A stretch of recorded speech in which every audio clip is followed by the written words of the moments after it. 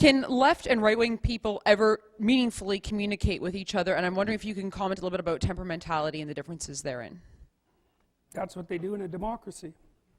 Look, the lefties, they're high in openness and low in conscientiousness. And that means they don't like responsibility that much, but they're pretty damn creative. And they're not very orderly, especially they're not very orderly. And that's part of conscientiousness, by the way. And so they're good at being artists and they're good at being entrepreneurs, but they're terrible at running things. But then the conservatives on the other side, they're low in openness, which is the trait creativity. That doesn't mean they're stupid, by the way. It just means their thinking isn't as free form, let's put it that way. And so it's more constrained. And they're high in conscientiousness, especially orderliness. So they're damn good at running things that already work.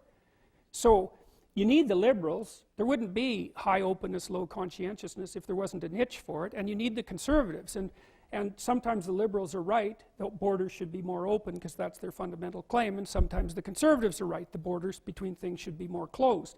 And because they're both right some of the time, and because the environment keeps snaking around, you have to have dialogue between the two sources constantly, so that the polity can orient itself as the snake of the environment moves. And that's why you need free speech. And so the left and the right get along perfectly well together as long as they can talk to each other. But as soon as they can't talk to each other, then the alternative, there's only two alternatives to negotiation. Simple as that. One is slavery, the other is tyranny. So if those you cannot negotiate with will either become your slaves or your tyrants. So you wipe out free speech, then that's what you're left with. And that's why free speech isn't just another right, for Christ's sake. It's not just another right. How dumb can you be to think that? You don't know anything if you think that.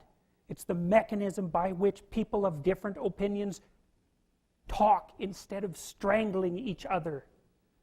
So, but if you want them to strangle each other, which you might, then really, you might then take away their right to express their opinion and watch the whole thing go up in flames.